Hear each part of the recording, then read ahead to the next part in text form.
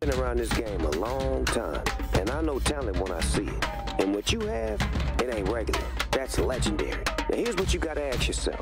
When you making history, where you wanna be? You from the city that made you. Now it's time to put on for the home team, if you know what I mean.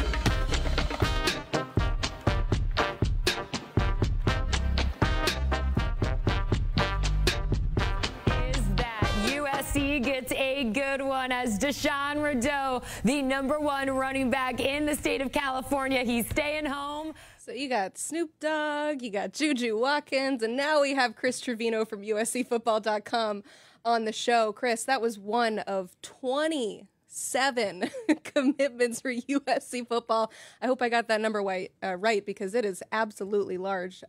What is happening with the momentum right now, and how much credit should we be giving Mr. Chad Bowden at the moment?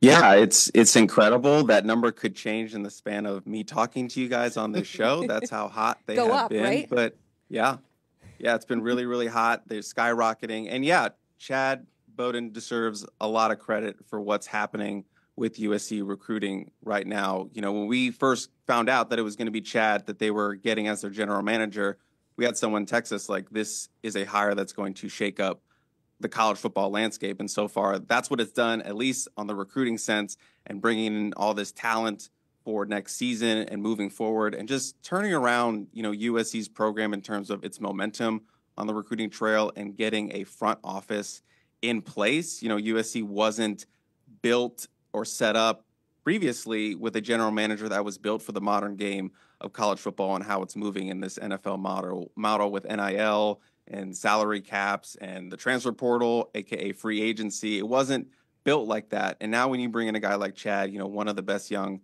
general managers in the game, and get him on your staff to run your front office, it's just been a complete 180 turnaround. And especially just with the local recruiting. And this was something we couldn't really understand. Like, why wasn't Lincoln focusing more on California?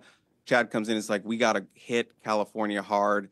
And they've been backing up, you know, their words with their actions, with 15 commitments from California alone, part of that 27 total commitments. So they've been hitting the West Coast hard. They've been putting up a fence around California, and a lot of programs are upset about that. But that's what USC has to do if they want to be back on top, defend the West Coast.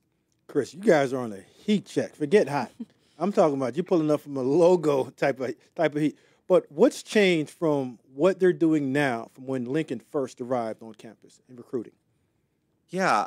So when Lincoln first got here, you know, he had the big press conference in the Coliseum, and, you know, it was a great setting and a lot of great things were said. And, you know, he talked about, you know, wanting to put up a fence in California, but that never really happened. And I just alluded to that, but, you know, it was just kind of head scratching. And, you know, the fans are frustrated. Like, why aren't we going after this blue chip guy in our backyard? Why are we recruiting this guy in Texas or trying to get this guy in Georgia when we have a guy right here in the backyard? And that never really made sense to us as we covered, you know, Lincoln Riley recruiting. You know, they had a great season that first year, but they've dropped off the last 2 years, 8 wins, 7 wins. So just a total philosophy shift with Lincoln Riley. And, you know, I give Chad a lot of credit. I also give, you know, athletic director Jen Cohen a lot of credit, you know, just being an outsider. You know, both these guys are outsiders from that Lincoln Riley bubble. You know, head coaches, especially as good as Lincoln Riley, you know, they like doing things their own way, and they have this certain way they want to do things and view things. So sometimes you need an outsider to come in and shake things up. Like, you guys are doing this way, but I think we could be doing it this way. Let's just try something different. And the results obviously have spoken for themselves in this class with, you know, the #1 recruiting class, a huge lead so far. Obviously, they still need to sign all these guys, and they still need a win on the field, but just getting the right people in the building and the right vision and having a bunch of different voices come together and being on the same page has really, you know, paid huge dividends so far for Lincoln Riley. And credit to him, as I said, want to do things your own way, but it's hard to, you know, accept someone coming to the outside and telling you, hey, we should do it this way. But to have the humility to step back a little bit and try something different here going to year 4. And, you know, credit to him for doing that, because, you know, wasn't really working, wasn't really clicking. You know, they had some good pieces, some wins here and there. But if you really want to be USC again, you have to recruit locally. And that's what they're doing here in 2025, 2026 and beyond.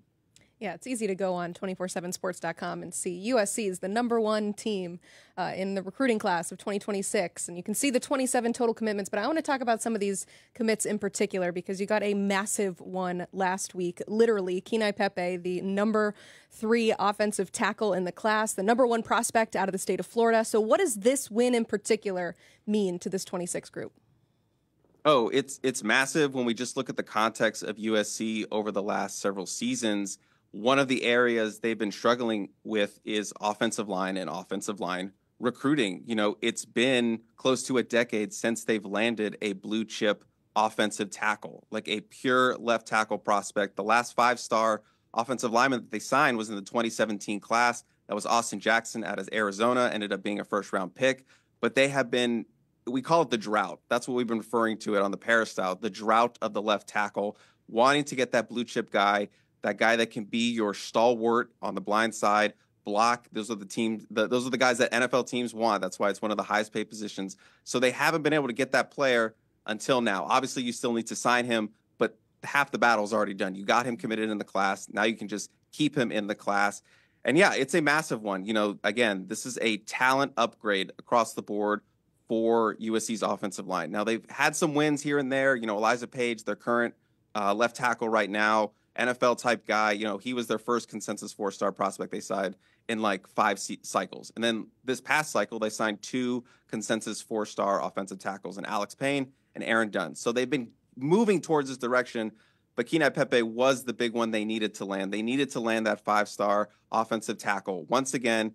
And, you know, the drought is now officially over, and he's a guy who can play right away, you know, playing at IMG, playing in those practices against, you know, some of the best defenders in the country right there on his own team. You know, he's going to be as battle tested as they come across the country. Not saying he's going to start. Elijah Page, you know, he's off to the NFL after the season, but if he comes back, Pepe is someone who can start on the right side, you know, get some reps there and be the heir apparent to left tackle. But in terms of impact, it's a massive one and gets USC back on the board for a 5-star offensive lineman. Man, Chris, you said it. The drought is over in terms of landing that premier left tackle and wrapping up to be in a special class. Now, to put a bow on the end of this magical gift of a #1 recruiting class, what's still left out there for SC to get?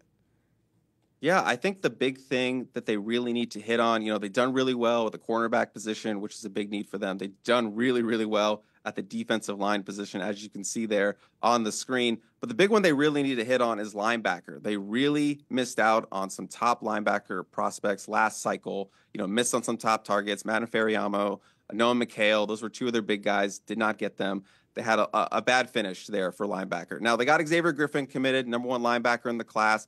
That's a really good start, but they need some more inside linebackers. And Talanoa Ely is a guy USC has been working really hard since 2025. You know, Oregon had all the momentum with Talanoa Ely, a borderline 5-star guy. I believe he's number 32 in our rankings, but he is an elite level guy, California guy.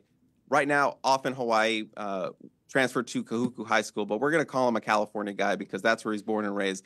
But Talanoa Ely would be a massive win for USC. And right now, all our feelings are that USC is in the driver's seat for this one. USC is in the crystal ball lead as well on the 247 Sports profile page.